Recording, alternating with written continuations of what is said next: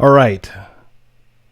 VA has a new baby, Veteran Rapid Retraining Assistance Program. So I've been, as some of you know, following this type of news for over a decade, and came across this story recently, wanted to share it with you because the size of the program and in light of, the current situation we have as far as retraining veterans and the current pandemic climate really struck me. So what we're going to talk today about is the Veteran Rapid Retraining Assistance Program, which was rolled out rather recently by the Department of Veterans Affairs. It was signed into law earlier into 2021. And the unusual part about the news coverage of this that really jumped out at me, and I had come across this in Military Times, is the size, scope, but also some of the what seems ambiguous information that I could find online about the program. And what struck me even more than that was the agency's apparently quick decision to, in a sense, throw it under the bus. So I want to talk a little bit about that because it struck me, and I'm a little curious about what the agency is going to be doing with the additional money that it hasn't apparently spent on this type of training. So as far as the program is concerned, it came out toward the beginning of last year. It was signed into law by President Biden. It's being implemented by VA Secretary McDonough. And the price tag is huge, $400 million. And what's interesting is that we already have a lot of different VA benefits and VA training programs designed to help similar types of populations. And in this context, it's kind of yet another a program amongst many. Makes me wonder if the VA is running certain beta tests to see if it can replace some of its existing programs or to hybridize what we currently see between people know of as the GI Bill or the Veteran Readiness and Employment Program. So in this context, the VRRAP program was talked about by VA officials directly to Military Times, so it's not as if it's a scandal or some kind of leak. This is intentional information that the agency provided Military Times. And their reporter, Leo Shane, who does a lot of good work there and is widely known in the community as far as journalists are concerned. The program itself started accepting applicants in May. Okay, so far so good. There's a lot of money. There apparently are supposed to be some applicants, so this is all good news. And then, but 8 months into the program, suddenly now the agency's getting cold feet. And so they've only had about 3,400 veterans who have participated or taken part in the program, as they're wording it. 700 of those have graduated. And then apparently of that group of graduates, only 10% have found new jobs through the program. And so the program itself is supposed to last no longer than 12 months. You can attend a associate's program. You can attend a certificate program or another non-degree program. One of the caveats is that you can't be entitled to some other benefit like the GI Bill, vocational veteran readiness and employment programs like that. Now, they've compared this to another program called VetTech, which was launched a few years ago, had a smaller budget, but apparently has had more success getting veterans into in-demand or high-demand jobs. And so of those, there are about, they're saying, 1,700 graduates of that program or participants in the program found new employment, earning an average salary of $60,000. Apparently, let's see, they're considering taking that program. It was a 5-year program. They're considering making it a permanent fixture of the VA.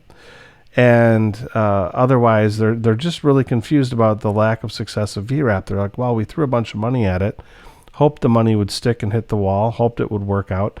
So what happened? What caused this program to not work out? And again, what's curious is that the program's been in effect for 8 months, which is not a lot of time during, the tail end of hopefully our, current health situation, where people maybe didn't have access to jobs for a bit, or there are other forms of hiring restrictions. Now there's additional hiring restrictions that we're aware of, depending on certain healthcare choices that people make. And one of the things that they're wondering is, well, of the 5,000 eligible people who received initial approval, somehow that went down to 3,000. Of that, we only have 70 who've gotten jobs. So what's happened in 8 months? And apparently they had anticipated, and I'd be curious to see the numbers, that the program would be much more successful. As far as the program and what it does, and what really made me wonder is whether this is kind of like a case of flip or flop from the TV show. I'm sure some of you have seen the television show where a married couple, and now like former married couple, I guess, have a TV show where they would buy a house and they would invest X amount of money into it and see if it would work out. Sometimes it did, sometimes it didn't. It was a pretty interesting show, at least if you're into remodel work and things of that nature, which I tend to enjoy. The program itself, in this context, again, making me wonder, well, is this like a flip or flop? Like what's happening, and why is this in the news? What's going on? And I think if you're like me, you probably didn't really hear a whole lot about this. There are, VA has a fair amount of other programs that are more substantial and long-standing in nature. So what is the story with this VRRAP, and what are these ideas? Where are they being generated from? And I'd be curious to even see what their projections were as to why they thought this particular program would be better than to maybe augment existing programs that are already in place and simply expand that entitlement to others for a certain period of time. In my mind, that might have, perhaps made more sense. But anyway, to give you a little more background about what VRRAP and is, and why it might flop, at least from my perspective, and apparently the people that were being interviewed by Military Times also are a bit concerned. So the program itself was signed into law March 11th, 2021, signed by President Biden, who had just taken office, part of the American Rescue Plan of 2021. Basically, the gist of it is it was to provide veterans who are unemployed as a consequence of the current pandemic and other, economic situations to receive GI Bill style support when retraining due to their unemployment. And, that seemed like a really good thing. I mean, I guess why not? But, who knows? McDonough was handed the realm of VA, and a lot of people, lawmakers, policymakers, liked that selection, thought he would do a good job. In this program, again, the total number of participants that they capped it at and that they anticipated was 17,250, total funding $400 million. And of those participants, they were supposed to last into the program for no more than 12 months. The focus was to be on high demand occupations, and I think in part this is maybe where the agency might have gone wrong, and I'll explain that in a little bit. The retraining, generally speaking, the reason that people look at these types of programs from a government perspective is that sometimes these programs have been known, programs like it, have been known to take people that are needing the support and either underemployed or not employed at all, help them develop good skills so that they can then qualify for jobs and, in theory, pay taxes on the increased wage that they otherwise wouldn't have earned, and therefore eventually paying back their wage, being a more dynamic citizen and having a better life, et cetera, et cetera. So in a sense, the whole program is designed around hopefully getting people on board and getting them in a situation where, they might have been able to do better. And so what ended up happening, of course, 8 months, only 3,400 participated in the program. The VA Education Program Integration Officer, so Richard De Silva, said 700 graduated from training, and only about 10% of those have found jobs. Of course, we know the job market might be kind of tough for certain types of jobs. Maybe not. We hear that that's not the case, but I can see certain situations where it might be rather challenging to find work, especially if you're maybe a person who has been laid off for quite some time. The program itself has actually used around $100 million of the program due to the lack of interest, and the VA is concerned that if the money doesn't get used, the remaining $300 million will go back to the U.S. Treasury. So again, this struck me a little bit, wondering what happened. And so I actually wrote this on Sunday and have been sitting on it for a little bit, which I sometimes do when something doesn't quite make sense, and I wonder, like, well, what might be happening? And in this context, I don't fully know, but I can speculate. And so what I started to look into was the information that's available about the program itself and some of the comparisons. And so they're talking about, Vet Tech in the article as being, a lower budget program that had greater success with 1,700 people. Of course, I would bet that the 1,700 people that found favorable placements after the program, this were 3 years after the program had started. So I would anticipate, maybe 8 months in, that the 70 number may actually increase significantly here over the next 6 months. But, maybe they were anticipating a bigger hit or bigger success right away. But after looking into other details about the program, one thing that jumped out at me is that the Department of Labor is actually responsible for coming up with this list of high demand occupations. And within that list, they had 228. So apparently there's a person, some statistician within the Department of Labor that's responsible to provide the VA with this list of 228 occupations, or just anyway, a list. It probably doesn't have to have 228 different occupations, but anyway, there are quite a few occupations, and the people are limited to an associate's degree, non-degree program, or certificate generally. So in looking into this a little bit further, I was wondering, well, what are these high-demand occupations? What exactly are these statisticians in the Department of Labor actually coming up with? And so what I realized is that what we're talking about here and what the list they're actually providing the VA with, one of the first things on there was chief executive, and on down the list. I was like, wait a minute. So why are these jobs of a type that require a significant amount of experience and training before you can get the job, but the program is for people that are unemployed? So I started looking more into the program, and the top 11 list, I guess, that I had found of jobs that were odd included chief executive, so essentially chief executive officer, which is usually somebody with a master's degree or an MBA, commercial pilot, which is somebody with usually a bachelor's degree, pilot's license, and a lot of different flight experience and training before they can do that. Third was respiratory therapist. There it usually requires a doctorate or master's degree and a lot of training. Chemist was another, number 4, with a doctorate. Art director, which they said is Master of Fine Arts, usually. Aerospace engineer, again, a bachelor's plus some kind of licensure. Mediator, which is usually an attorney, so a Juris Doctorate with a specialty certification. Accountant, which is somebody with a bachelor's degree plus licensure. Human resources manager, which is somebody with a master's in human resources, usually.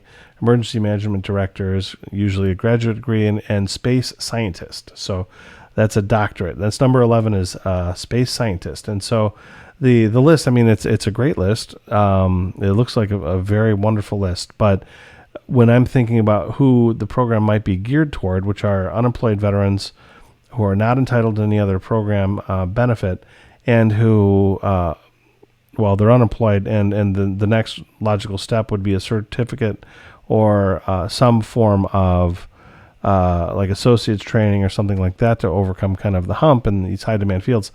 It was interesting that they selected a huge number of occupations within that list of jobs that require doctoral training or advanced training to even qualify for the job. So it really got me wondering, what exactly is going on?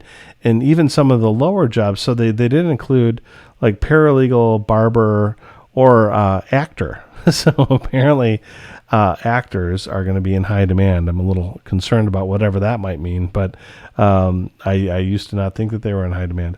But whatever's being anticipated, apparently actors are in high demand. But what kind of training do you get? And so if you're somebody who wants to go cut hair, and looking at some of the jobs around the Minneapolis area and types of training regarding hair cutting, the training program to cut hair lasts about 7 to 13 months. Paralegal training lasts, I think, over a year. And then, for an actor, I don't really know, but I couldn't help but wonder if the program's high demand focus may not be appropriate in a context of the 12-month limitation, and then also the limitation on training, because they're training people, or at least limiting the careers apparently to this list of 200 jobs, most of which seem to require advanced training. So that was, I think, what really jumped out at me. It's like, well, it seems to be a bit of a disconnect. The otherwise, like I've talked about, you can't have access to other training programs, you can't be enrolled in other programs, etc., and you need to be unemployed, and apparently also not receiving unemployment benefits. So it's a real small group, and it's a real small group of people that, I mean, if you're unemployed in that context, it seems like there's a real mismatch between the job types that they selected, or grandiose job types, and what is actually out there. Now, going through it, and I put this onto my own website, so you can take a look at it, but there's a list, and I picked a list of, pretty much about 5 under each topic that they had created, just so readers can take a look and see what I'm referring to.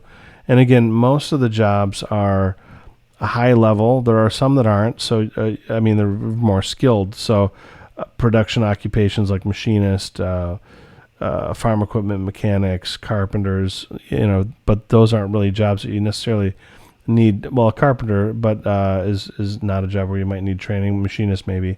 But again, they had other jobs in here that just blew my mind, like captain of a water vessel or airline pilot. Those are jobs that you don't just walk in after being unemployed for a while, get a 8-month certificate, and then jump into a plane. Thank God. So that's not how it works. So there seems to be for anyone watching this and wondering, well, what is going on with this VRRAP? I've heard a little bit about it. A lot of veterans don't like it, or some do, some don't. I'm going to try to find out a little bit more, which is why I wanted to do this article and video, to try to flush out some of these details from my readers and viewers. One thing that did seem curious was that there were there was a list of pre-approved programs and associate's degrees nationwide, and the 2 largest lists came from community colleges in Kentucky. So, like, of all places, Kentucky had enormous lists, whereas you could look at much more populous states, and the list of pre-approved programs was much smaller. But the lists of Bluegrass Community and Technical College in Lexington, as well as the Somerset Community College in Somerset, both in Kentucky, had pages of pre-approved programs, and most other places didn't. So that seemed, again, just an odd thing. Now, if you want to break down the program and the overall costs, initially I was kind of raised an eyebrow at this, but the VA is technically allocating, and again, these are like back of the envelope calculations, $23,000 per veteran, basically, based off of the 17,250 number that they believed was an appropriate cap, and so that allowed a little over $23,000 per veteran. Now, when you break that down by the subsistence payments, it's actually not that much, assuming that everybody uses the program for 12 months. If that's not the case, then there are obviously different ways the money will go in that context, but it actually leaves about $5,000. So if somebody were in the program at the $1,500 a month subsistence amount at 12 months, that would leave only about $5,000 for the cost of training for those enrolled full time. So it doesn't come out to that much. So I can see why the numbers were calculated the way they were to see if the program will work. But I think at the end of the day, if I were to, I like to joke, like if I were a betting man, I would say that there seems to be a trend within the VA, just because they came out with the article they came out with in Military Times with their interview, makes me think that they're trying to either stick a fork in the program itself to then allocate the funds to a different program to see, if there's going to be any pushback about that, or to, come up with some other kind of thing. But again, it's interesting after 8 months that they're already looking at it thinking, well, this program's not working. It's much quicker than I guess I would have ever thought VA would admit defeat. So, to the question of my article, is this going to be a flip or a flop?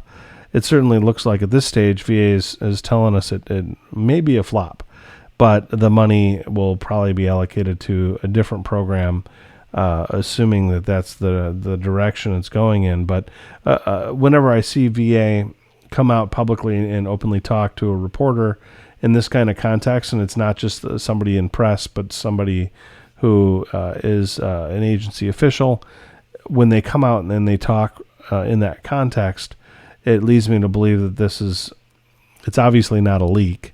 So, they were approved to do it through the press office and through likely, somebody under the secretary. And, so what would the purpose be? Why would the VA be coming out with this information? It's and